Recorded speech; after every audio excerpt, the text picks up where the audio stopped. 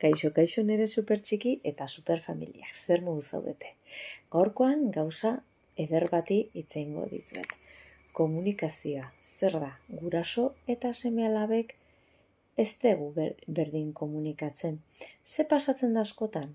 Ez ditugula ulertzen, gure seme edo alabak esaten diguten hizkuntza.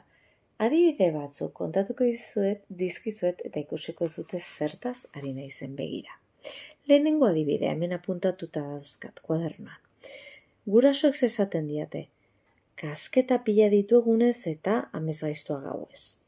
Eta ze kontatzen dit, aurra, beti beldurra daukat bronka botatzen diatelako. Bigarren adibidea, ze esaten hau amak? Bera beti, bere aizpa txikia jotzen du, eta ze esaten dit aizpa nagusiak. Bueltatu dezakegu Eli, bere aizpa txikia. Hirugarren eta azken adibidea. Berak, gure semeak ezazka lagunik, barre egiten diote. Eta ez daka konfiantza beregan. Ta ze kontatzen dit umeak, gauetan negar egiten dut askotan. Ez kezkatu, hizkuntza hau pixkanaka ulertzen jungo gea.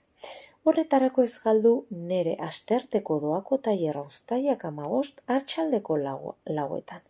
Ikusiko duzu zein ederki jungo gean ulertzen gure seme-alaben hizkuntza. Itxaroten itxarongo zaitut.